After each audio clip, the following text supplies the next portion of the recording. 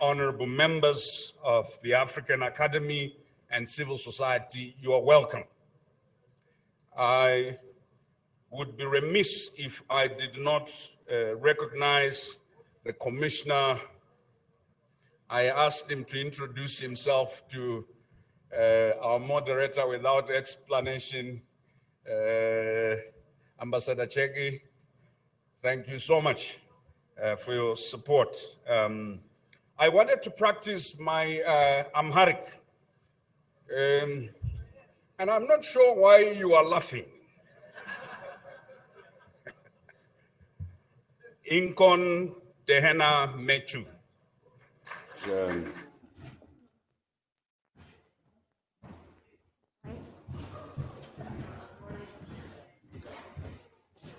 I promised that I would, these are mine.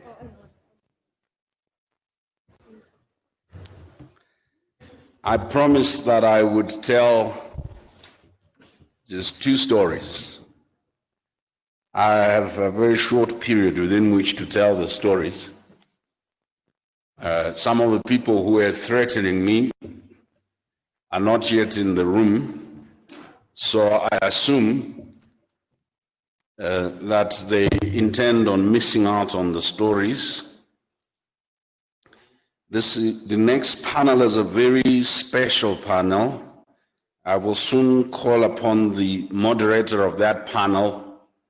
But the reason why it is a very special panel is this has the actual leaders of Africa, the youth, and these are not just youth, they are youth activists, intellectuals, thinkers, innovators. They will be introduced, but just in case you doubt that they are here, I'm just going to ask them, can you give some Tana love to the people online so that they know that you are alive? You're looking too serious.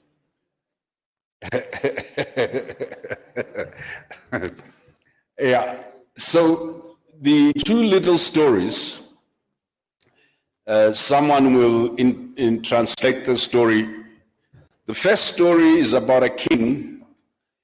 The king called a lot of young people this age and said, succession will no longer happen on the basis of lineage. I'm going to set a process by which succession will happen. So the king called 2 young ladies and 2 young men that had been selected on the basis of their excellence in various fields of endeavor. And the king gave each one of them a seed and said to them, you have exactly 12 weeks within which to grow this seed. Whoever returns and their seed has grown bigger or better or greater than the other will succeed me as king. You don't have to wait until you are old. So these people took their seeds and then planted them. It was a seed of a rare tree in their village. When they planted the tree, they all observed separately, because this was deemed a competition, that the seed were not growing, they're not germinating. So 3, the 2 men and 1 woman, determined that they were not going to lose the opportunity of a lifetime to seize power through the seed. So, because the seed of that tree could be found in the village, the 3 quickly went and found an alternative seed. They were being disruptive and innovative. They planted the seed, and of course it germinated into a tall tree. It was a quick growing seed. The one young lady felt that maybe she was not qualified for this job anyway. She didn't find the alternative seed. After the 12 weeks, they went back to His Excellency the King, and then the king said, "Show me your trees." The one young lady stood there with a seed in her hand, and the other three had various lengths of tree. And the king observed, inspected, as one would inspect these trees, and then afterwards said, "I'm impressed. Tell me what you did." So each one described process. "I then did this and did this. This is how my seed grew." Then he came to the young lady and said, "And you?" The young lady said, "I did everything possible. The seed that you gave did not germinate. So I have brought back the seed." The king went and mounted himself in the kingly chair and then declared that the young lady with the seed was his successor. Everybody was outraged. This is against even biblical approaches. They demanded that the king explains. The king said the test was not to grow a tree. The test was in leadership, was one of values and accountability. You three, there is no way you could have grown the seed.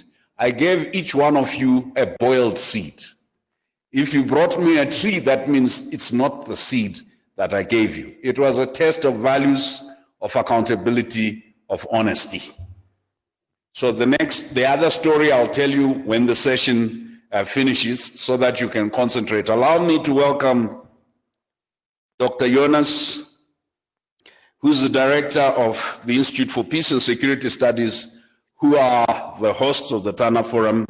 And I've always claimed that the Tana Secretariat and IPSS are infected by a disease of humility or subversion. They call us, and unlike most people who organize conferences, they don't mount themselves. They sit and allow everybody else to take the glory. But for this particular session, we would like to invite you, Prof, to come and lead us on. I'll come back when you are done to tell my last story, and we'll call it a day. Ladies and gentlemen, our host, why don't you give him a pom-pom as he comes?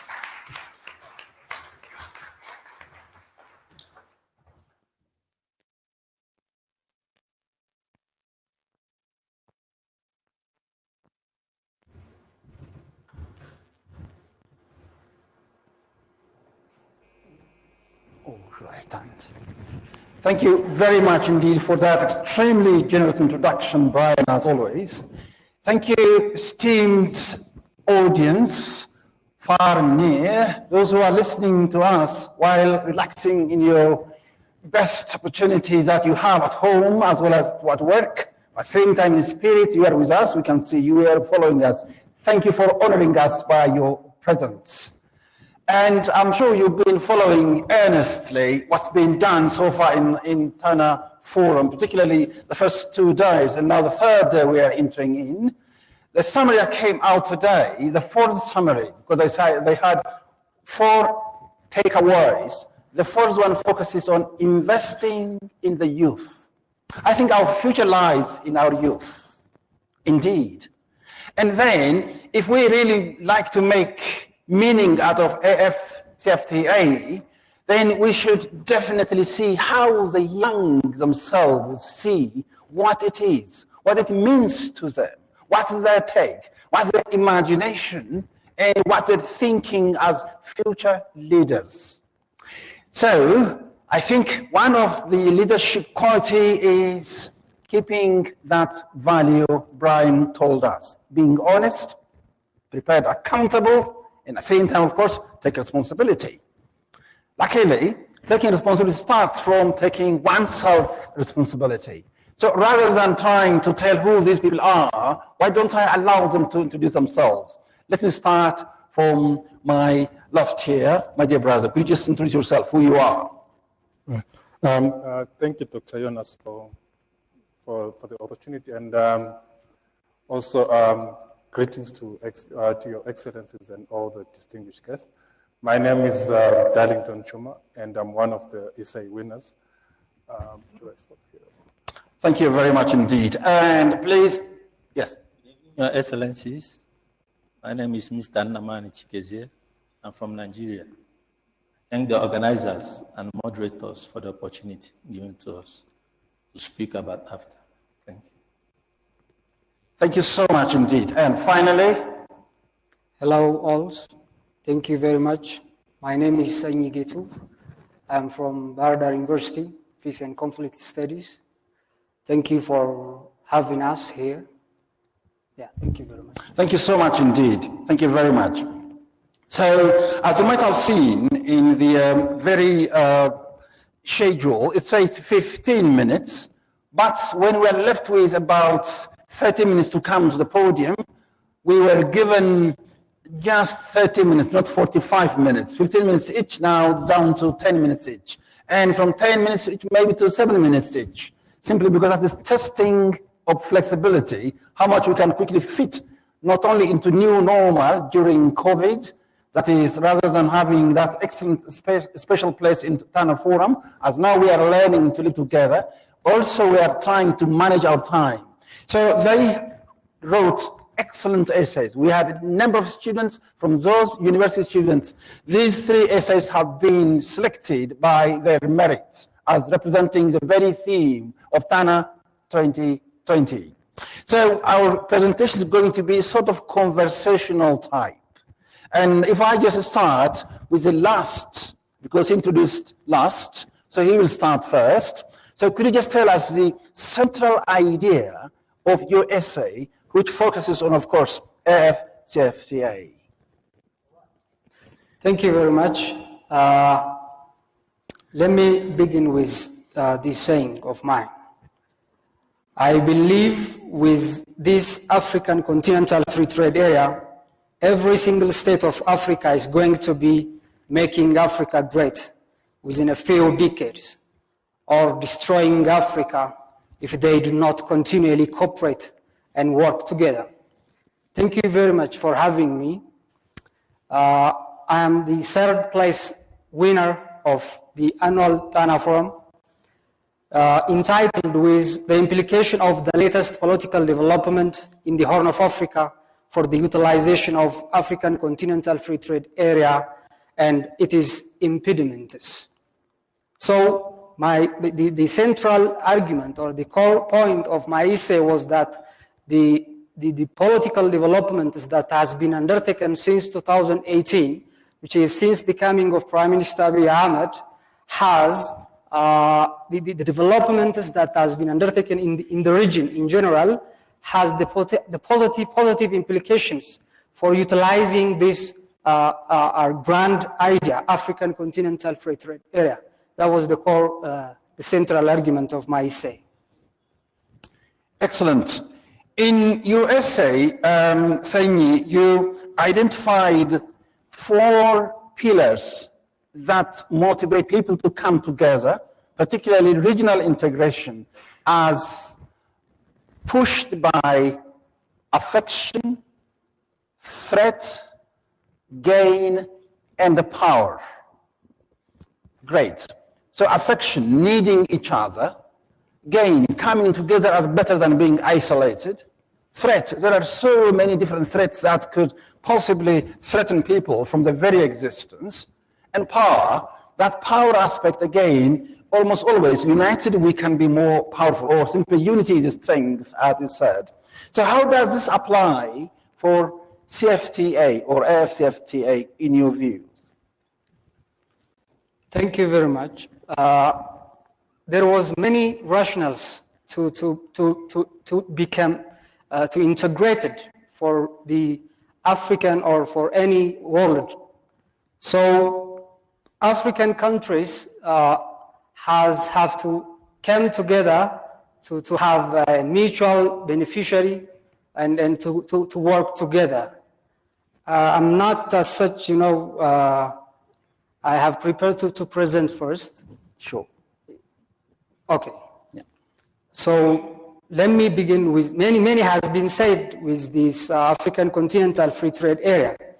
I'm not going to explain it as such, but to give you a summary of African Continental Free Trade Area, it increases competitiveness of Africa in the global world. It may boost employment opportunities. It may create job opportunities for the young Africans. So I think unemployment was, I believe that unemployment was the main problems of Africa and the nature of the problems of the young peoples and the problems that Africa is facing. So utilizing this African Continental Free Trade Area may boost employment opportunities for the young, and also it is an instrument for the solidarity. Above all, it realizes the spirit of envisioned Pan-Africanism. So it is known that Horn of Africa is synonymous with the conflict, instabilities, and extra. However, since the coming of Abiy Ahmed, there was many developments that has been undertaken.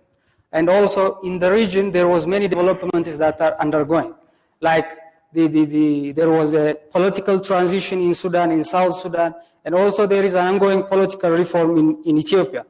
So previously, for instance, Ethiopia is not giving priorities for the sub-regions. Rather, Ethiopia is giving extra regional status. But since the coming of Prime Minister, Ethiopia started to give priorities to the sub-region, to the integration of integrating with the neighboring countries. So there is also the developments that is. I would like to say that there was a growing trust between the states, between the neighboring countries, that may help to utilize, because in order to have a integration, in order to have a cooperation between the states, trust has to be developed, and there must be the relation between the states must be normal and predictable. So the developments that has been taken since 2018 may give us a hope to fully utilize African Continental Free Trade Area in the regions. So there was also an impediment that I tried to look up. The first one is the poor and inadequate infrastructures, internal political insecurities. Despite many developments, there is also some in the internal politics. There was problems despite many developments. So it may also challenge the political, the utilization of African Continental Free Trade Area. And also the terror group operating in Somalia and the like may also be an impediment or challenges to fully utilize African Continental Free Trade Area. And also the suspicion and the trust, there was increasing trust, distrust and suspicion between the states in the Horn of Africa, which may being a challenge for the utilization of this thing. So in general, it is important that countries in the Horn of Africa and beyond strengthen the ongoing political developments. That means Africa needs more political developments than undertaken, resolve disputes among disputes among themselves, engaging in activities that further minimize distrusts and competitions, engage with activities that enhance transparency. To sum up, the duration of the journey towards full implementation of African Continental Free Trade Area depends on dedicated and visionary leadership coupled with strong political will. The leaders of Africa should have to have a political will to fully utilize African Continental Free Trade Area. Thank you very much. Thank you so much indeed. That definitely aligns with what His Excellency Prime Minister Meles, or rather Desalegn, Hailemariam Desalegn was talking about, how this FCFTA can go down to leadership and political will and commitment. Great. Let's move on to Nigeria, this time to ECOWAS suspect. And yes, please, your summary of the entire point of your essay. My essay focused mainly on the challenges that can hamper the smooth operation of AFTA, or things that can prevent AFTA from achieving her goals in Africa. Although I have to introduce, in my essay, I introduce the potential benefits of the free trade participation in Africa. Now, these challenges are things like terrorism, armed struggle, drug and human trafficking. But the most important, my main point, focused on neocolonialism as a threat to AFTA achievements. Thank you. Excellent indeed. Thank you very much. And you may have got some more questions later on coming, so let me come back to Darlington, to South Africa, please. Thank you, Gutierrez. So I tackled my essay, the CFTA, a milestone for Pan-Africanism and conflict transformation. And the overarching argument in my essay is that beyond the economic dividends of the CFTA, it presents Africa with opportunities to build, consolidate, and enhance its peace and security prospects. And I'm actually happy that this the Tanya Forum has actually convened a platform for this, because I thought this was it was a missing discussion in terms of trying to understand how the CFTA work. A lot of discussions and deliberations tended to give an economic perspective. So I'm not going to go into the details and overview of the CFTA, but then I'll just measure on the core argument of my essay. So one of the points that I make is that while those that crafted the CFTA may not have conceived it as a peace and security response initiative, when fully implemented, it promises to fundamentally transform the peace and security landscape of the continent. And how do we, or how so? So the first point is obviously integrating economies, so it provides incentives for countries to work, collaborate, to prevent any or preempt any threats to peace and security. And secondly, by opening up the continent to entrepreneurship, young people that are enterprising. So it creates jobs, in a way, youth empowerment that also has a direct link with instability and insecurity that often arises from a sense of economic marginalization and disempowerment. Last but not least, it also provides a platform for Pan-Africanism and a platform to engage or have African-led solutions to peace and security on the continent, and also, of course, reduce donor dependence. And then, obviously, I mean, when we look at this, there also, the CFTA is not a magic bullet for the challenges of peace and security in Africa. On its own, it also presents, or it is a source of conflict and insecurity. And this revolves around how countries are going to work around the implementation of the CFTA. For example, countries like the G7, Zimbabwe, where I come from, they've expressed support for the CFTA, but they've also raised concern that they face unique and specific development challenges. So I'm thinking that Zimbabwe is just next to South Africa, a huge economy that supplies almost 50% of dominate 50% of the regional trade in the region.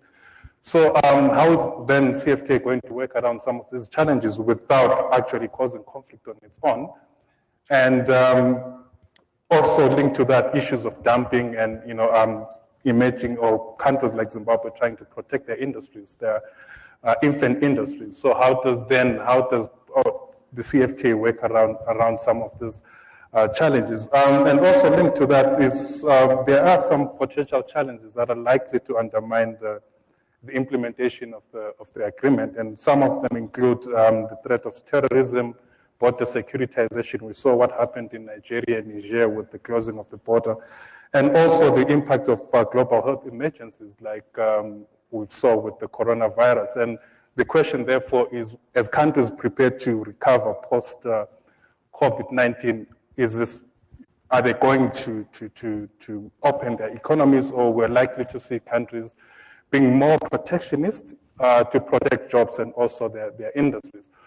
So I put a few recommendations in my essay, and one of them is that the CFTA cannot expect to be an effective trade and economic institution if it lacks the capacity to address economic and political deficits that continue to undermine the integration process on the continent.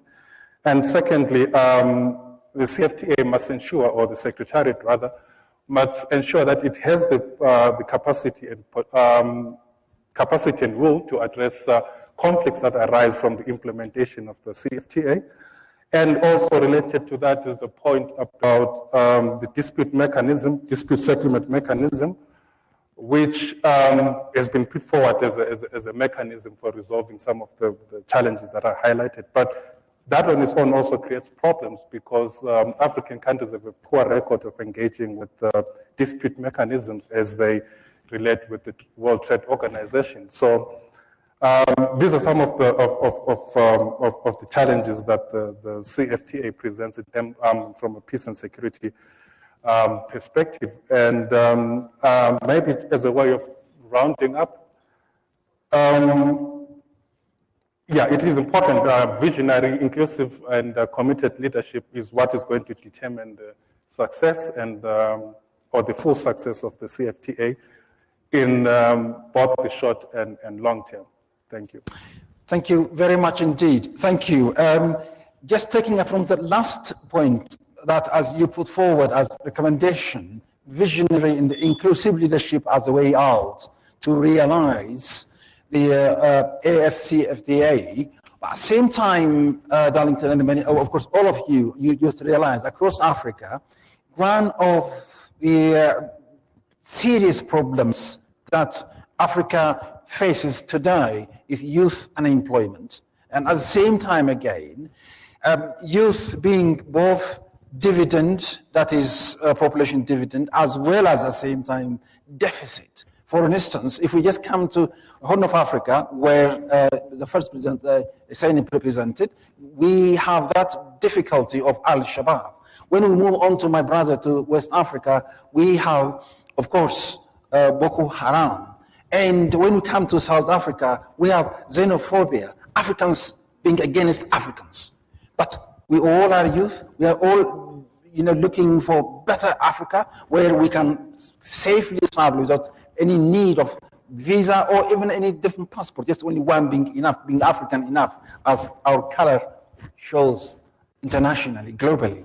So, but we have this obstacle. So as the young would-be leaders, yourselves, imaginative leaders, innovative leaders, transformative leaders tomorrow, what do you recommend so as to realize this Pan-Africanism, this Africa we want, which is part of Agenda 2063? Shall I start with Nigeria first? I believe I should go through my essay. Okay. Yeah. I believe that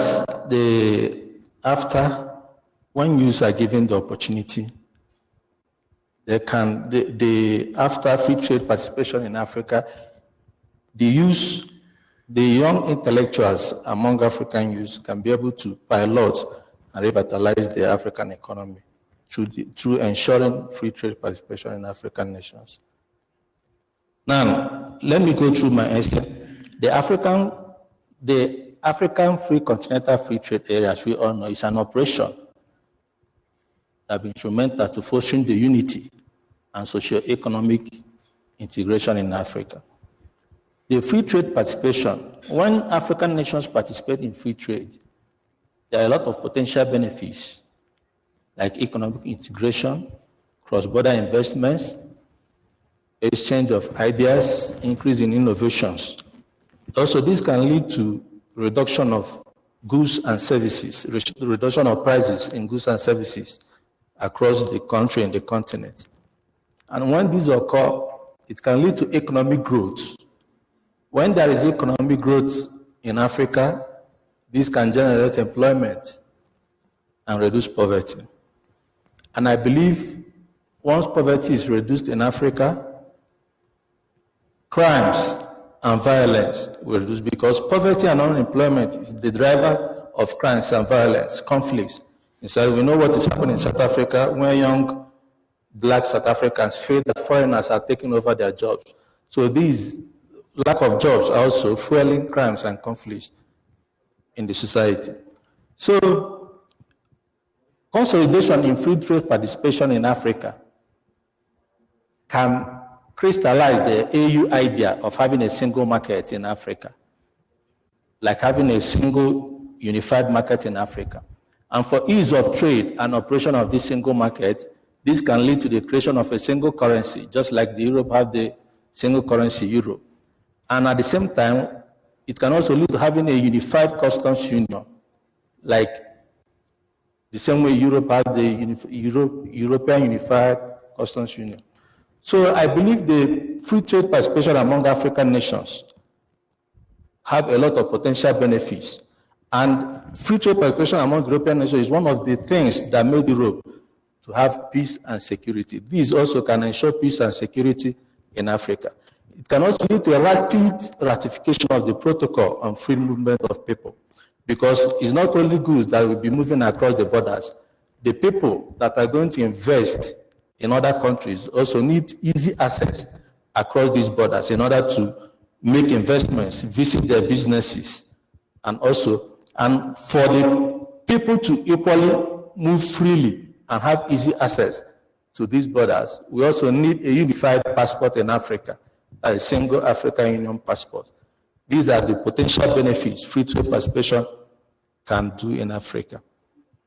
Now, let me move to the challenges that can hamper the smooth operation of Africa. There are 4 points, challenges that can hamper the smooth operation of Africa. One is terrorism. The second is armed struggling. The third is human and drug trafficking, while the fourth is neocolonialism. Now, the first, second, and third, I'll just explain them little because previous speakers have talked about fears of terrorism, human armed struggling, and others. Like in terrorism, there are fears that when borders are open, when people move freely across the borders and across the nations, that there may be influx of extremist groups and fundamental extremist terrorist organizations into the countries. For example, in my country, Nigeria, for over a decade, 10 years, we have been battling the influx of Boko Haram terrorists. Even they have formed alliance with Islamic State, known as Islamic State in West African province. So I believe when borders are open like that, Boko Haram can migrate to other West African countries and even other regions in African countries.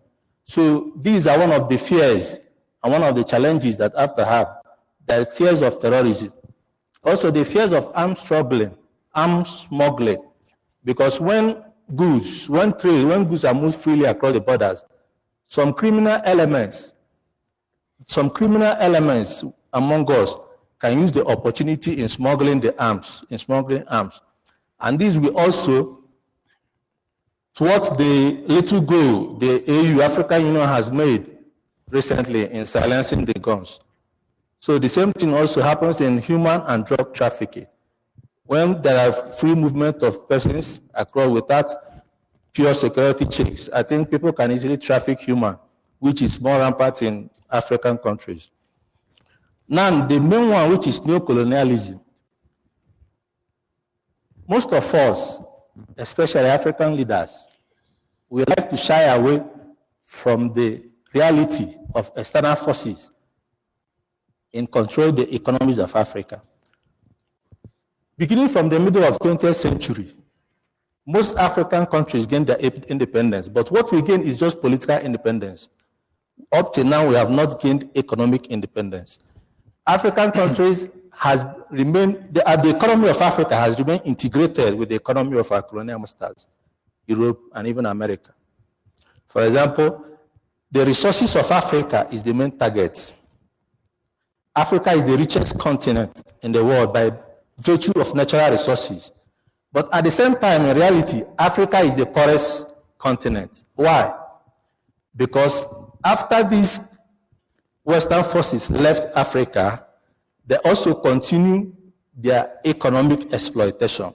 When they left, the corporations they left in Africa continue to exploit our resources, ship it to their countries, where these resources and raw materials are being turned into manufactured goods, and then sent back, resold to Africa at value-added price.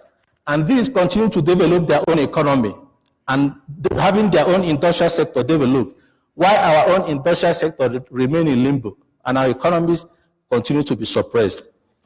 Even our leaders are not helping matters. In my country, Nigeria is the highest oil-producing country in Africa. This year is the 60th year we have independence. But up to now, highest oil-producing country in Africa, we have not yet started refining our oil maximally. Our oil is still being shipped outside the country, refined, brought back to Nigeria with increased added value tax and others, and continue to impoverish the citizens. So these are the things. Our economies in Africa are still being integrated with the economies of Western forces. And they will never let Africans go unless we stamp our feet on it. Now also, Could you summarize it? okay. Few countries that has tried to remain economically independent. For example, Libya, we saw what happened in 2011 in Libya when late Colonel Muammar Gaddafi, a foremost Pan-Africanist, tried to make his country economic and resources independent. Some Western forces subtly introduced conflict in the country, and that was how Gaddafi was uprooted. And up to today, Libya has remained a shadow of itself. The same thing is happening in the Democratic Republic of Congo, a country too rich with a lot of mineral resources, gold, diamond, uranium. The same thing happened in South Sudan. These are the things that foremost Pan-Africanists and Pan-Africanist writers like Dr. Kwame Nkrumah, the first president of Ghana, lamented in his book, 1965 book, titled Neocolonialism, the Last Stage of Imperialism. The same thing that Frantz Fanon lamented in his 1961 book, titled The Wretched of the Earth, when he lamented about the continuous suppression of African economies by Western forces. The same thing that Walter Rodney, the Ghana Pan-Africanist writer and revolutionary scholar, wrote in his 1972 book entitled How Europe Underdeveloped Africa. All these Pan-Africanists continue to lament the continuous suppression. Okay. Now, if we want after to achieve its maximum potentials and achieve its goals of having an integrated economy in Africa, having a growth, peace, and security in Africa, African leaders will have to develop the political will of calling the bluff of Western forces and calling their own intellectuals, technocrats, economists to design a African-centered economic policy that will lead to the growth of Africa and success of Africa. Thank you. Thank you very much indeed. Thank you for your passion and commitment. That's quite interesting. I also like to see this one in action as you move on to as a young leader in the future, God willing. So let's come quickly to Darlington. Just I'll give you 2 minutes to very quickly reflect on the question I put forward quickly. Unemployment is in my view, a very big issue on the continent, and it's quite unfortunate that a lot of young people find themselves at the mercy of that. But again, what's the way forward? I think there's an important opportunity with the CFTA, like it has been alluded to. But also there's a responsibility, I think, that lies with those that are responsible for implementing this policy to actually engage, the young people themselves and see how they can benefit from this through discussions like platforms like these, but also through civil society organizations, and of course, I'm not really privy to what's happening, but I want to believe that the CFTA could have maybe or has a youth task force or something like that would be responsible for going out and raising awareness on what it intends to achieve and how young people can actually participate in that. Yeah. Excellent. Sanyi, please. Okay, thank you very much. I believe that most of the problems of the youth is that in the Horn of Africa, and particularly in the Africa in general, is that unemployment. If also I believe that what makes most of the conflicts in the Horn of Africa and in Africa also in general violent is that what gives the conflict, the nature of the conflict violent is that losing of hope, not having hope, which is unemployment, extremely unemployment, that makes the region and the Africa. And so I believe that African Continental Free Trade Area will change this and give hope for the youth to the future journey, their life of journey. It may give us a hope. Thank you. Thank you. Thank you very much indeed. Thank you. Daniel Wambuno has this question, one of our audience who've been participating there. Africa needs an economic development program funded by all states to ensure that no state is left behind. What do you think young Pan-Africans like yourselves can do to realize them? I hope the question is clear. May I repeat maybe for you to make it clear? Okay. Africa needs an economic development. This is almost a summary of Africa First book we had previously, yesterday, the day before yesterday was launched. In it, the center is, if you are thinking of development, first have, if you are talking about African development, have Africans, African national, African feelings, Ethiopian, South African, Nigerian feeling. Not going down to ethnic or clannish thinking, so that one society is left behind, one country is left behind, others are forerunners. So as to avoid this and promote equitable development, as young Africanists, what are your imaginations, your thinking? Can I start with you? Yeah, I think that's quite a difficult question, because I don't think there's anywhere in the world where there's equal development, but probably we might want to have a conversation around equitable development. But then, what role can young people, play within that arrangement? Yeah, I think it lies with young people actually getting opportunities to dialogue and speak with policymakers, but not just to speak, to be actually present in those platforms that make the decisions that they want to see. Yeah. You're right. So you are suggesting that if we are talking about inclusive development, then let's also get into the decision-making together. So let's decide together so that we can also develop together. If you remember, one of the youth agenda is don't decide anything about youth in absence of youth, which means inclusivity. So if you want to have all countries on board, if you like them to be developed together in a just and equitable way, then they also have they must have the same voice as well. Can I just have more voice from Nigeria, if you like? The economic developments of Africa, as I continue to emphasize, remain in the hands of youth of Africa. We've had since the middle of 20th century, when our leaders have continued, most of our leaders are over 30, 40 years, and the economic blueprint of their nations has remained the same and has never produced any potential results. In order to develop Africa, we have to try the young intellectuals who can infuse their energy, intellectual energy, for economic emancipation and development of Africa. Thank you. Great, thank you so much indeed. Sanye, your reflection? Yes.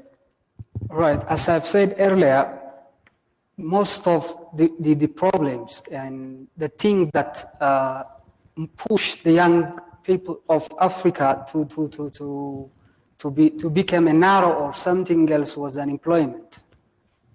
And putting young in a stage, their ideas, and including them in every decisions that has been taken will be the solutions. Thank you. Thank you so much indeed. Thank you. It's been really wonderful. So let me now invite people inside here before I move on to His Excellency Brian, who's already looking into my eyes, hasn't me? So any question from the audience here? We have someone from virtual, that's Daniel from the virtual. Can I have one or two questions from the audience here? Apparently not being very tired. Hopefully not. Great. The Future of Africa have presented their essay, their thinking about AFC, free trade in Africa, the areas that people can freely trade from west to east, from south to north, north to south, and to the center, how these people can have their own imagination. They try to show through their imagination. They also had excellent summaries as well as conclusions the way forward. From that, I think 3 points are sort of takeaways. The first one is, please give hope for the youth. I think it's hope. That is a motto of life as a whole.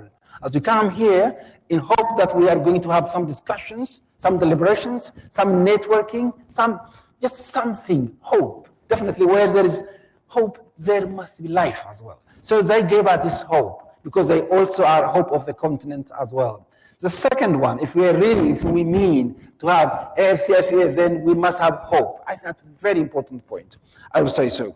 The second point I put forward is leadership coming back, which of course in the previous session, we had leadership being emphasized. This time they added 3 adjectives: innovative leadership, inclusive leadership, visionary leadership.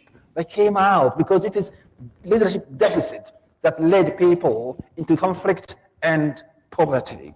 And then they just come down, the last one was political commitment, quite different from simple leadership. Commitment, not simply, I'll give you this, I'll do this, I'll do that. Brian comes to my mind 4 terms ago.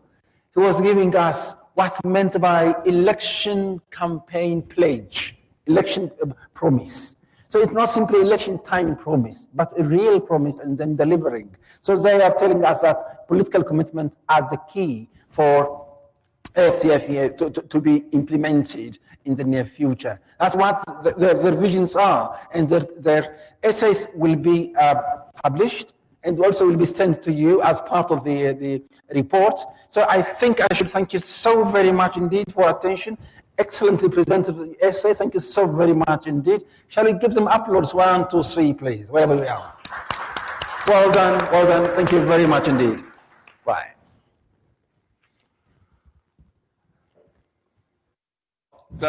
Jonas and Africa's real leadership, we thank you. Mindful that you are here representing a whole generation. I thought to read you a quote from Mzee Mwalimu Nyerere, who says, "Peace is born of hope. When hope is gone, there will be social upheavals." And just one more last quote from Nyerere says, "The development of peoples means a rebellion."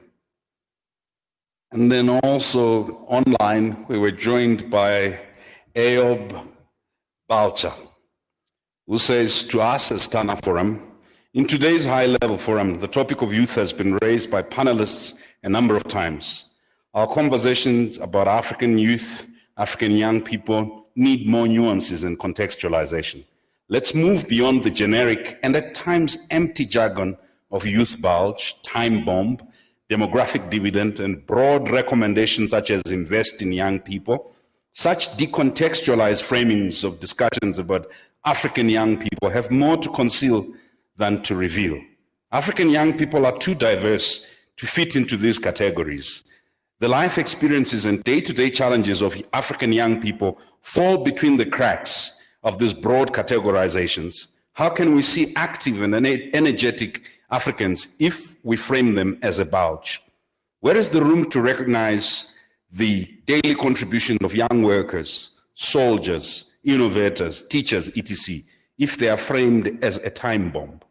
Applying the principles and ideals of the finance sector and talking about investing in young people as a policy recommendation lacks a deeper understanding of the multi-layered and complex challenges that African young people are facing based on their gender, socioeconomic status, geographic location, religious affiliation, sociocultural identity, etc. Nowadays, every policy forum on African young people brush the topic of youth with these broad categories, and the outcomes remain less convincing. Let's have honest discussions about what AfCFTA means for the rural young woman, for young migrants, for the young cross-border trader, for the young innovators or young politician. Otherwise, we will keep on saying the same thing in every platform again and again without any tangible outcome. That's Eyob Balcha, who's been following our conversation. I'd like to thank you, Dr. Jonas, for steering us in this session. I promised you a story, so if you have patience, I will tell the second story of the day. You see, African traditions are about storytelling. Every revolution, Amilcar Cabral said, is first a cultural revolution. If you can't tell your own story, it will be told by somebody else. And that's why we had a proverb that says, it's a tragedy when the story is told by the hunter, right? To describe what happened. So we had, Africa is a very amazing place. It's the only place where art or genius can happen without anybody putting a monetary price to it. A young tax administrator, TAX administrator, who had just qualified in Uganda, went to Karamoja, and anyone who knows about the Karamojong will know that they live a pastoralist life. And this young tax administrator had been very successful in the urban areas, so came to Karamoja. The elders were gathered, and the young tax administrator said, "Elders, the people of Karamoja, my government would like to build you schools and hospitals. My government would like to build deep tanks for your cattle. But for us to be able to do this, we need you to pay tax." And of course, he was observing that the people of Karamoja or Karamojong have a lot of cattle wealth. And then a young man, feeling agitated, stood up and spat on the floor. Amongst the Karamojong, that's a sign of disgust or disapproval. An elder stood up and slapped the young man and said, "In our culture, we don't disrespect visitors." And then the elder stood up and said, "Mr. Tax Commissioner, what you are promising is very noble. To build us schools and hospitals and deep tanks. Here is my suggestion on how we do it. Why don't you put your tax collectors at the gate of the school and at the deep tank mouth and at the gate of the hospital so that anyone bringing their child can pay tax?" If you know anything about the Karamojong, of course, they don't go to those schools. They don't go to those deep tanks. They don't go. The moral of that little story is simple.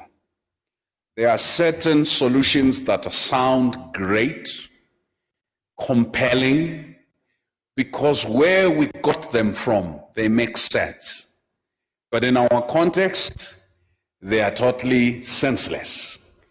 The spirit of Tana is to say to all of us as we prepare for tomorrow, we are not model missionaries of things that have worked in Europe or the US or Asia. Nor are we model mercenaries. who, knowing that a particular economic development trajectory does not work, we will continue to push it because it gets us funding.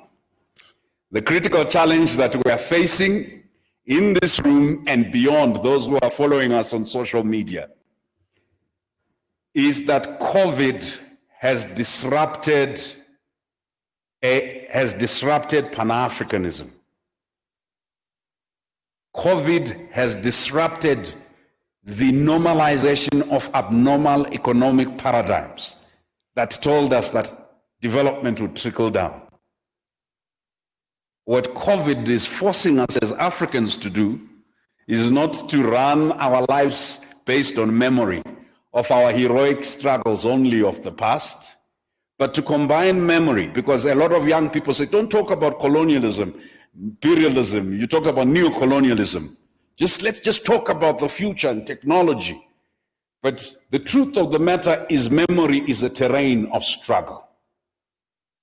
Memory is a terrain of struggle, and I repeat this at every conference I go to.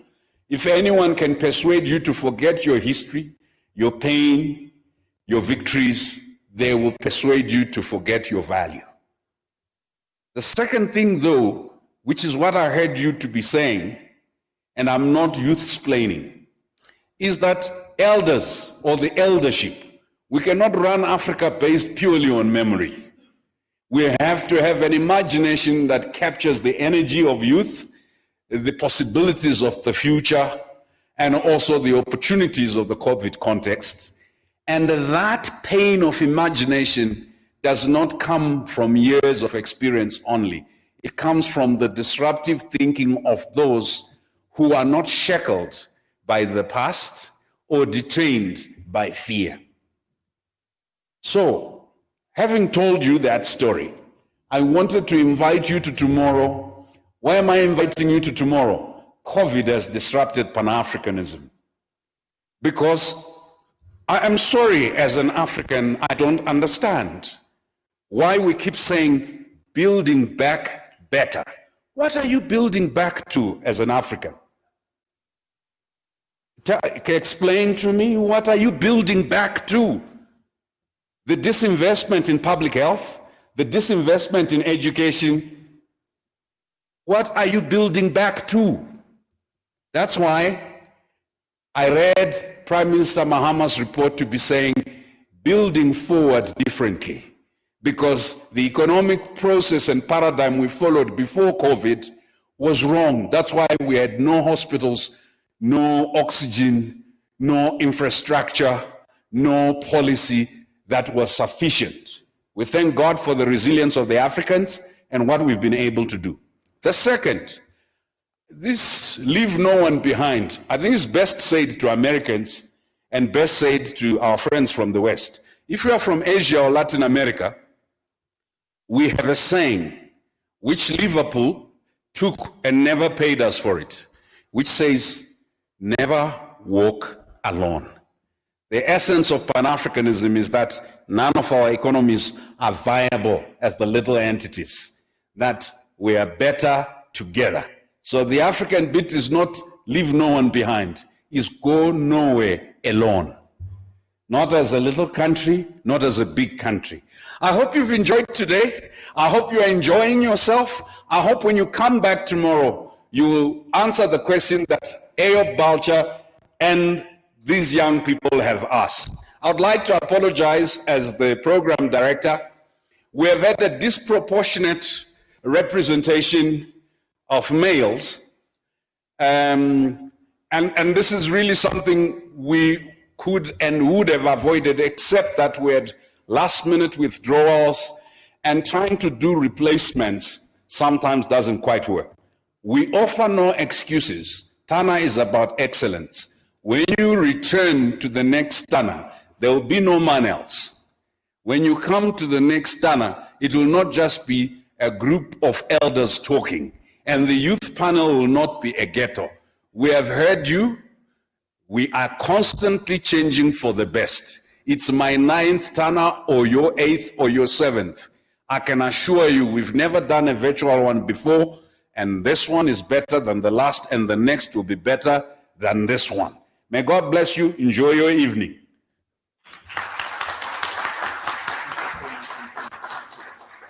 Another pom-pom for the essay winners. I never won an essay myself, so anyone who can win an essay is more intelligent than me. Thank you.